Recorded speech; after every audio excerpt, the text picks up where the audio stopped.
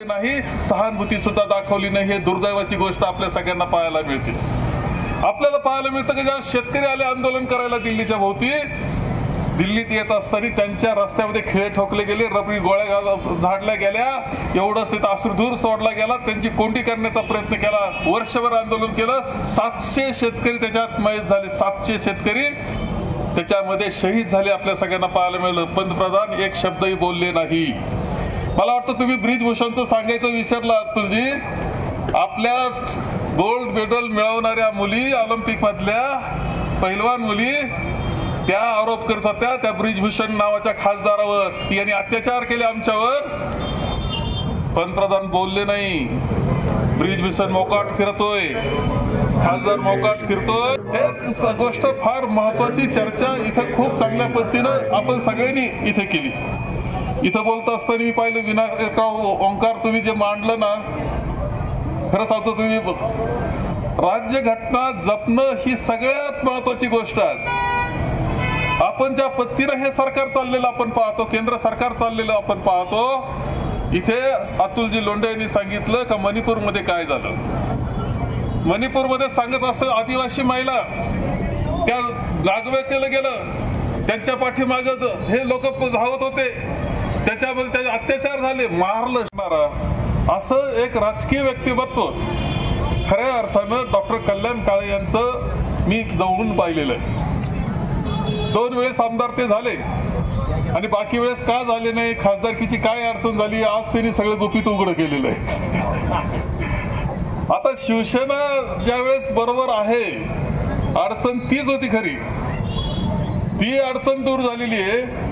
आणि आम्ही पाहतोय की राष्ट्रवादीचे आता काम करतायत, मदत करतायत, शिवसेना एवढ्या उत्साहानं सगळेजण तुम्ही काम करतायत, त्याचबरोबर आमचे कॉम्रेड मंडळी सुद्धा काम करते आहे, आम आदमीची लोक काम करतायत आणि सगळे जेव्हा इतक्या उत्साहानं कामाला लागलेले आहेत। माझं मत असं आहे की निव्वळ हे चित्र जे दिसतंय तुमचं जालना मतदारसंघात, हेच आपल्याला संभाजीनगरमध्ये दिसतंय, हेच महाराष्ट्रात दिसतंय। आपला विजय खूप मोठा विजय हा महाराष्ट्राच्या पातळीला होणार आहे। आणि जे संकट देशावर आज आलेलं आहे, ते संकट दूर करण्याची ताकद तुमच्या सगळ्यांच्या मतामध्ये आहे।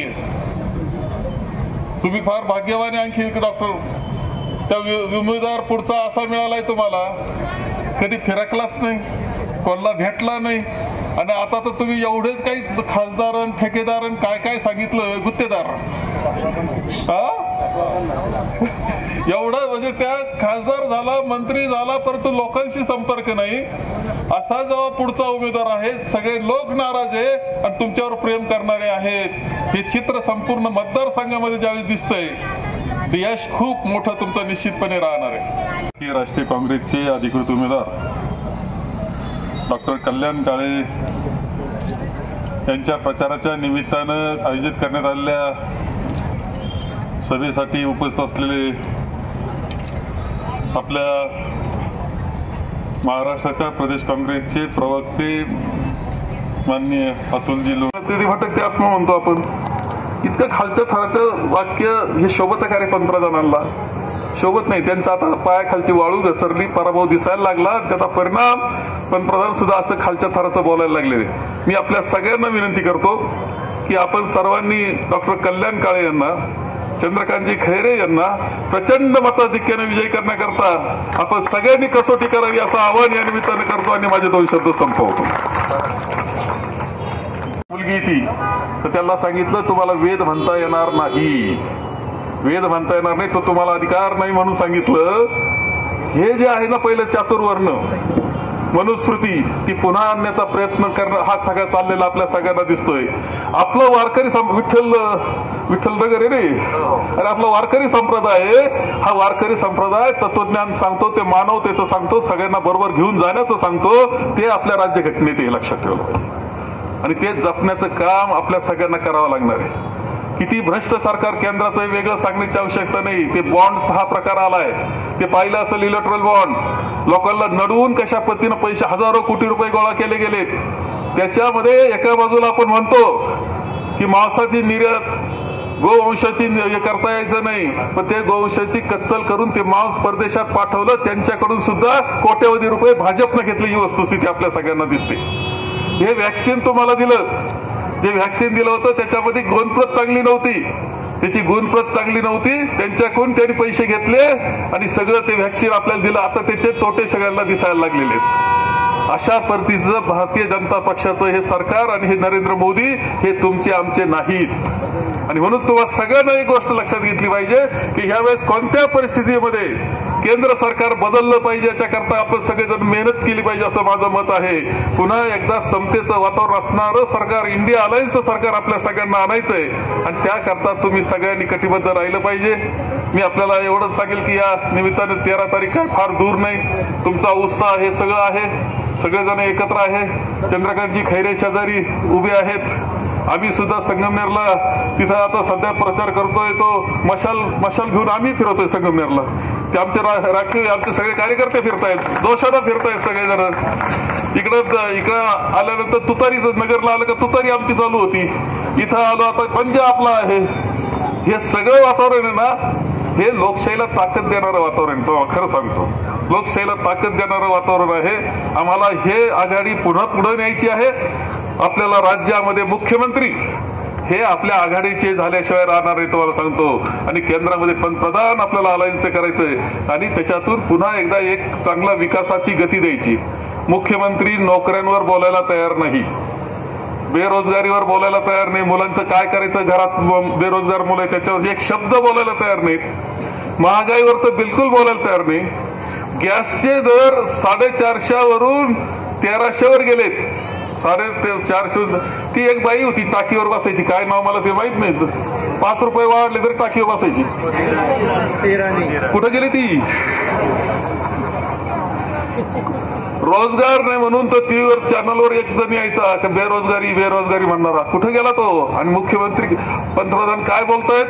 पंतप्रधान मंगळसूत्रावर बोलतायत, हिंदू मुस्लिम धर्माचा वाद घालण्याचा प्रयत्न करतायत. आणि ते पवार साहेबांवर तर म्हणे हा भटका आत्मा आहे, राज्याचं बनलंय, असं केंद्राचं सरकार बनलंय, ते मोदी. आणि जे चाललंय ते आपल्याकरता बिलकुल योग्य नाही, दिशा चुकीची चाललेली आहे. तुम्हाला लोकशाही धोक्यात आहे हे लक्षात ठेवलं पाहिजे. आणि हे लक्षात ठेवलं पाहिजे की राज्यघटना तुमच्या आमच्याकरता फार महत्वाची आहे. आपली राज्यघटना तयार झाली ती सहज नाही. भारतरत्न डॉक्टर बाबासाहेब आंबेडकरांनी राज्यघटनेला एक चांगलं स्वरूप दिलं त्यांच्या नेतृत्वाखाली. पण राज्यघटना जे तत्वज्ञान आहे समतेचं, ते संत ज्ञानेश्वरांनी दिलेलं तत्वज्ञान आहे. समता वर्तावी अहंता खंडावी. संत तुकाराम असतील, चोखामेळा असेल, नरहरी सोनार असेल, सावता माळी असेल, आणि हे सगळे संत नामदेव, संत एकनाथ, आमचे गाडगे महाराज, तुकडोजी महाराज यांचं तत्वज्ञान, हे समतेचं तत्वज्ञान भारतरत्न डॉक्टर बाबासाहेब आंबेडकरांनी राज्यघटनेत आणलं. आणि म्हणून गरीबाला किंमत आली. तुम्हाला आज तुम्हाला घरी येतात माणसं, हात जोडून म्हणतात चला सभेला जायचंय आपल्याला, तुम्हाला किंमत आली. अरे गरीबात गरीब असेल, झोपडीत असेल, तरी मोठा निवडणुकीच्या वेळेस त्याच्या जवळ जातो, हात जोडतो. या सगळ्याला कोणतं कारण असेल? सगळ्याला काय कारण असेल तर ही राज्यघटना, त्यांनी दिलेला मताचा अधिकार. जगात अनेक मोठ्या देशांमध्ये नसताना आपल्याला भारतामध्ये तो मिळाला, आणि तो जपण्याचं काम हे आम्हाला करावं लागणार आहे. धोक्यामध्ये आहे राज्यघटना आपली, हे सगळ्यांनी लक्षात घेतलं पाहिजे. धोक्यामध्ये राज्यघटना आपली आहे, तिला जपलं पाहिजे, आपल्या लोकशाहीला जपलं पाहिजे. प्रयत्न असा चाललेला आहे, सरळ प्रयत्न चाललाय की धर्माचं नाव सांगून राजकारण केलं जात आहे, पण तेवढ्या पुरतं ते मर्यादित नाही. मुस्लिमांचा धोका दाखवायचा आणि राजकारण करायचं ही पद्धत झाली आता, तसेच भाषण करतात. परंतु त्यांचा उद्देश जो आहे पुन्हा एकदा चातुर्वर्ण आणण्याचा उद्देश सुद्धा आहे की छत्रपती शिवाजी महाराजांना राज्याभिषेक नाकारणारा जो चातुर्वर्ण आहे, शाहू महाराजांना वेदाचा मंत्राचा अधिकार नाही असं म्हणणारा जो चातुर्वर्ण आहे. आमच्या संभाजी महाराज आताचे आहे, त्यांच्या मंडळी काळाराम मंदिरामध्ये गेल्या आणि काळाराम मंदिरामध्ये मुख्यमंत्री आजच्या स्थितीला 2 मुख्यमंत्री आपले आम आदमीचे केजरीवालजी, अरे काम त्यांनी दिल्लीत केलं, कौतुक सगळ्या देशामध्ये आहे, त्यांना जेलमध्ये टाकण्याचं काम केलं जातं. आमच्या हेमंत सोरेन यांना आदिवासी मुख्यमंत्री त्याला जेलमध्ये टाकलं. कारण काय? तुम्हाला सांगतो, कारण अजून सापडलेलं नाही. त्यांना निवडणुकीपासून दूर ठेवण्याकरता जेलमध्ये टाकलं. आपण पाहतो ईडीचा वापर, आयटीचा वापर, लोकांना इतका त्रास देण्याकरता भ्रष्टाचाऱ्यांना त्रास देतोय म्हणे आम्ही, पण भ्रष्टाचारी भाजपमध्ये गेले किंवा त्यांच्या बरोबर गेले तर धुवून स्वच्छ होतात. हे वॉशिंग मशीन हे भाजपचं निर्माण झालं आपल्याला दिसतं. आपण पाहिलं की महाराष्ट्रामध्ये काय होतं, 70,000 कोटी रुपयाचा घोटाळा केला म्हणे राष्ट्रवादीनं, 70,000 कोटीचा घोटाळा केला. अजित पवारांनी 70,000 कोटीचा घोटाळा केला असं म्हणले. दुसऱ्या दिवशी अजित पवार तिकडे गेले, धुवून स्वच्छ झाले. वॉशिंग मशीन मध्ये आपण कपडे घालतो, आपले कपडे घालतो स्वच्छ करण्याकरता. अख्ख्या जगाची घाण सध्या भाजप धुतोय अशी स्थिती आपल्या सगळ्यांना दिसते. आणि तिकडे गेल्यावर मात्र व्यवस्थित स्वच्छते होतात हे चित्र. सरकार बनलं, गद्दारी करून सरकार बनलं, शिवसेना फोडली आणि एकच गोष्ट त्याच्यामध्ये दिसते की 50 खोके एकदम ओके. अरे आमच्या बैलांवर सुद्धा पोळ्याला लोकांनी लिहिलं 50 खोके एकदम ओके. काय रे तुमचं 50 खोक्याचा अर्थ सगळ्यांनाच कळतो कधी मला माहित नाही. पीटी खोके माहिती सगळ्यांना.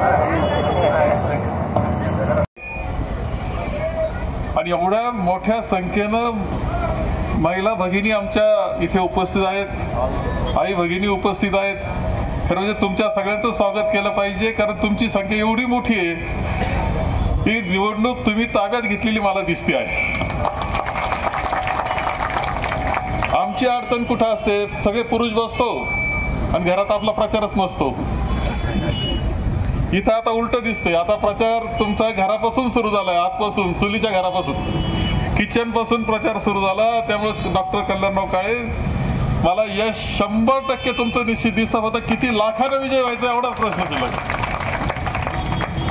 तुमची लोकप्रियता आहे. तुम्ही या प्रभागामध्ये इकडं खूप काम केलंय, जिव्हाळ्याचे संबंध आहे. हँडबिल सुद्धा आतापर्यंत वाटत मोठे लहानचे मोठे झालेले आहेत. त्यामुळे डॉक्टर सुद्धा तुम्हाला कुणी म्हणत नाही, आला कल्याण काळे म्हणता.